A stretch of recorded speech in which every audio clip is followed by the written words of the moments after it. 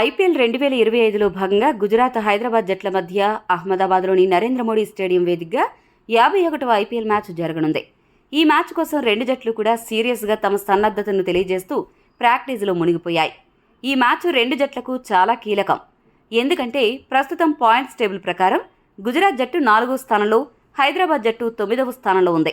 హైదరాబాద్ జట్టు గనక ఏ జట్టుపై ఆధారపడకుండా ప్లే ఆఫ్స్కు చేరుకోవాలి అంటే తమకు మిగిలి ఉన్న 5 మ్యాచ్ల్లో ప్రతి మ్యాచ్లో కూడా విజయం సాధించాలి.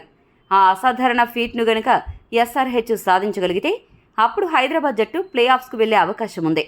కాబట్టి ఈరోజు జరగబోయే మ్యాచ్ హైదరాబాద్ జట్టుకు ఒక డూ ఆర్ డై మ్యాచ్. ఓడితే ప్లే ఆఫ్స్ రేస్ నుండి తప్పుకుంటుంది, గెలిస్తే మాత్రం ప్లే ఆఫ్స్ అవకాశాలు సజీవంగా ఉంటాయి. అదే సమయంలో గుజరాత్ జట్టు విషయానికి వస్తే ఆ జట్టు ప్రస్తుతం 9 మ్యాచ్లు ఆడి ఏకంగా 12 పాయింట్స్ సాధించింది.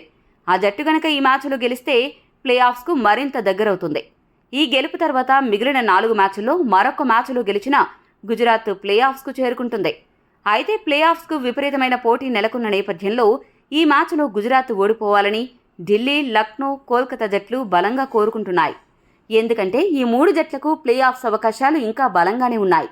ఇటువంటి పరిస్థితుల్లో గుజరాత్ గనుక గెలిస్తే ఈ 3 జట్లకు ప్లే ఆఫ్స్ అవకాశాలు సంక్లిష్టంగా మారతాయి. కాబట్టి ఈ మ్యాచ్లో గుజరాత్ ఓడిపోవాలని 5వ స్థానంలో ఉన్న ఢిల్లీ, 6వ స్థానంలో ఉన్న లక్నో, 7వ స్థానంలో ఉన్న కోల్కతా భావిస్తున్నాయి. అహ్మదాబాద్ పిచ్పై సులభంగా 200 స్కోరు చేయొచ్చనిపిస్తుంది. కాకపోతే బ్యాటర్లు కాస్త జాగ్రత్తగా ఆడాల్సిన అవసరమైతే ఉంది.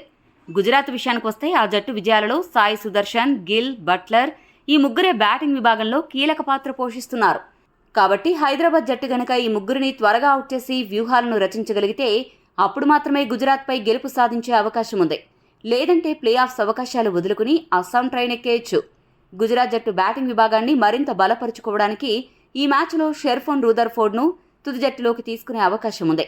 ఇక గుజరాత్ బౌలింగ్ విభాగం విషయానికి వస్తే ఆ జట్టులో మంచి స్పిన్నర్లు, అలానే అద్భుత ఫాస్ట్ బౌలర్స్తో ఆ జట్టు సమతూకంగానే కనిపిస్తోంది. కాకపోతే రాజస్థాన్ జట్టుతో జరిగిన మ్యాచ్లో సూర్యవంశీ విధ్వంసం దెబ్బకు వాళ్ల ఆత్మస్థైర్యం అయితే కొద్దిగా దెబ్బతినే అవకాశం ఉంది. హైదరాబాద్ జట్టు విషయానికి వస్తే కమ్మిన్స్, హర్షల్ పటేల్, జయదేవ్ ఉనద్గత్ ఈ ముగ్గురు బౌలర్లు కూడా బాగానే బౌలింగ్ చేస్తూ ఫామ్లోకి వచ్చేట్టు కనపడుతున్నారు. ఒక రకంగా చెప్పాలంటే హైదరాబాద్ బ్యాటింగ్ కంటే కూడా బౌలింగ్ విభాగం కొద్దో గొప్ప బాగుందని చెప్పాలి. హైదరాబాద్ బ్యాటింగ్ విభాగం మరీ నాశరకంగా ఉంది. మొత్తం జట్టులో ఏ బ్యాటర్ కూడా సరైన ఫామ్లో లేకపోవడం ఆ జట్టుకు అతిపెద్ద మైనస్ అని చెప్పవచ్చు. పేరుకు జట్టు నిండా హిట్టర్లు ఉన్నా ఏ ఒక్కరూ హిట్టింగ్ చేయలేక ఇబ్బంది పడుతున్నారు. ఇటువంటి పరిస్థితుల్లో ఇంత కీలకమైన మ్యాచ్లో హైదరాబాద్ గెలవాలి అంటే బ్యాటర్లు చాలా కీలక పాత్ర పోషించాలి. ఒకవేళ బ్యాట్స్మెన్ గనుక చేతులు ఎత్తేస్తే హైదరాబాద్ ఓడిపోవడం ఖాయం. అభిషేక్ శర్మ, ఇషాన్ కిషన్, క్లాసెన్ ఈ ముగ్గురు బ్యాటింగ్లో కీలక పాత్ర పోషించాలి. అప్పుడు మాత్రమే ఎస్ఆర్హెచ్ గెలవగలదు. రెండు జట్లను పరిశీలించి అన్ని విషయాలను గనుక పరిగణలోకి తీసుకుంటే fast bowling, spin bowling, batting ఇలా అన్ని విభాగాల్లో కూడా హైదరాబాద్ కంటే గుజరాత్ జట్టు చాలా ముందంజలో ఉంది. కాబట్టి ఈ మ్యాచ్లో గుజరాత్ జట్టు గెలిచే అవకాశం 70% ఉండగా హైదరాబాద్ జట్టు గెలిచే అవకాశం 30% ఉంది. కానీ ఇటువంటి పరిస్థితుల్లో కూడా హైదరాబాద్ గనుక గెలిస్తే అదొక పెద్ద సంచలనమని చెప్పాలి. మరి మీ దృష్టిలో ఈ మ్యాచ్లో ఏ జట్టు గెలుస్తుంది అని భావిస్తున్నారో కామెంట్ చేయండి. మరిన్ని స్పోర్ట్స్ అప్డేట్స్ కోసం మా ఛానల్ను సబ్స్క్రైబ్ చేసుకోండి.